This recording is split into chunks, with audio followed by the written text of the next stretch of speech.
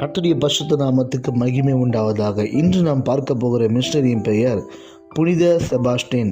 இவர் கால் என்ற நாட்டில் நார்போன் இடத்தில் பிறந்து ரோம் என்ற இடத்துக்கு சென்று கர்த்தருடைய ஊழியத்தை செய்திருக்கிறார். கிறிஸ்தவர்கள் மிகவும் துன்புறுத்தப்பட்ட காலம் அது. பலர் விசுவாசத்தை விட்டு வழி விலகி போகும் நிலைகள் கூட ஏற்பட்டன. மக்களை திடப்படுத்தவும் தைரியப்படுத்தவும் இறை தொண்டர்களின் உதவி மிகவும் தேவையா இருந்தது. அப்படிப்பட்ட ஒரு காலகட்டத்தில் கால் என்ற நாட்டில் பிறந்தவரே செபாஸ்டின். சிறு வயதிலேயே கிறிஸ்துவில் தீவிரமாய் வளர்ந்தார். இராணுவத்தில் இணைந்தால் கிறிஸ்தவர்களை துன்புறுத்துவதை குறைக்க முடியும் என்ற நோக்குடன் இராணுவத்தில் இணைந்தார். செபாஸ்டின் அற்புதங்களை நிகழ்த்தும் வரங்களை இறைவனிடமிருந்து பெற்றிருந்தார். ஒருமுறை 6 வருடம் பேசும் சக்தி இழந்த ஒரு பெண்ணுக்கு ஜெபித்தவுடனே அப்பெண் குணமடைந்து பேசினார். பல வியாதியஸ்தர்கள் குணப்படுத்தப்பட்டனர். இவரின் அற்புதமான இறை பக்தியால் பலர் ரட்சிக்கப்பட்டனர். ரோம கவர்னர் குரோமபட்டியஸ் என்பவர் தன் குடும்பத்தோடு ஞானஸ்நானம் பெற்றார். எனவே சிறையில் அடைக்கப்பட்ட கிறிஸ்தவர்கள் விடுதலை பெற்று நிம்மதி பெருமூச்சும் விட்டனர். கிறிஸ்துவை மகிமைப்படுத்தினர். திடீரென தீவிரவாதிகளின் சதி போல டயோக்ளிடையன் என்னும் ரோம சக்கரவர்த்தி எழும்பி தன் சதி வேலையை தொடங்கினான்.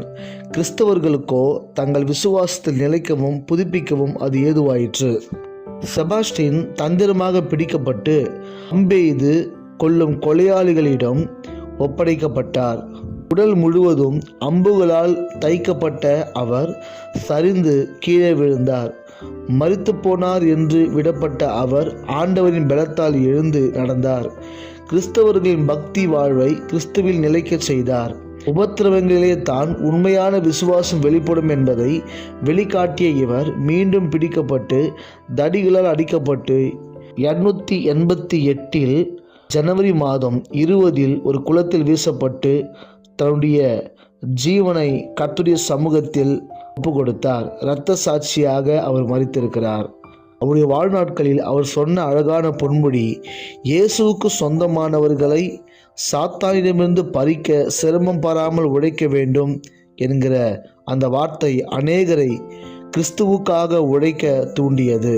செபாஸ்டினுடைய வாழ்வில் ஆண்டவருக்காக செய்த தொண்டை பார்க்கப்படும் போது எவ்வளவு மகிமை உள்ளதாக இருக்கிறது. நாமும் தேவனுக்காக தொண்டு செய்ய முற்படுவோம். கர்த்தர் ஆஸ்வதிப்பார். God bless you. கொஞ்ச காலம் இயேசுவுக்காக கஷ்டப்பா